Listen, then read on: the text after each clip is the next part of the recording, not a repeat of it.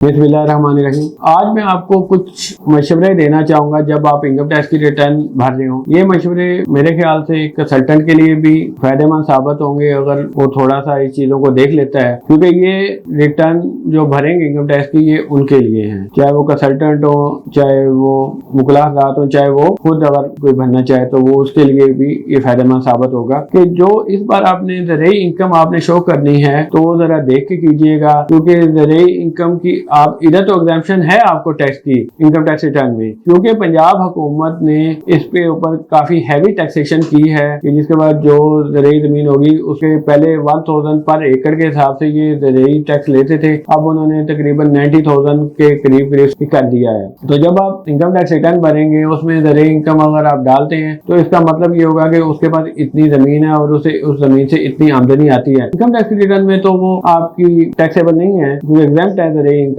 लेकिन उसकी जो पंजाब का टैक्स होगा वो बहुत ज्यादा चार्ज होगा। तो इसमें आपने एक तो ये चीज काबिल गौर है कि आपने ज़रूरी इनकम उस हिसाब से देख के आपने फाइनल करनी है, क्योंकि बाज़ कंसल्टेंट कुछ ज्यादा शो कर देते थे क्योंकि इस पे टैक्स नहीं था। तो इस बार इसको देख के कीजिएगा। दूसरा, पंजाब हुकूमत ने क्योंकि रेंटल जो इनकम है कमर्शियल नॉट रेजिडेंशियल प्रॉपर्टी, ठीक है, प्रॉपर्टी है, उसके रेंट पे 16% सेल टैक्स लगाने का कहा गया है। उसमें ये होगा कि अगर आप रेंटल इनकम शो करते हैं तो कल को आपको ये नोटिस आ सकता है कि जनाब ये आपने इसका पीआरए में टैक्स नहीं भरा तो लिहाजा इसका पीआरए में टैक्स भरे। अगर तो आपकी रेजिडेंशियल इनकम है तो फिर आपको प्रूफ देना पड़ेगा कि जनाब हमारी तो रेजिडेंशियल इनकम है, हम पे नहीं लगता। और अगर आपकी रेजिडेंशियल इनकम नहीं बनती या रेंटल नहीं बनता तो आपका अगर कमर्शियल बनता है तो फिर आपको उसको पीआरए में भी प्रूव करना पड़ेगा कि जी हमारा जो टैक्स है पीआरए का वो हमने पे किया है। तो लिहाजा इस बार इनकम टैक्स की रिटर्न में ये दो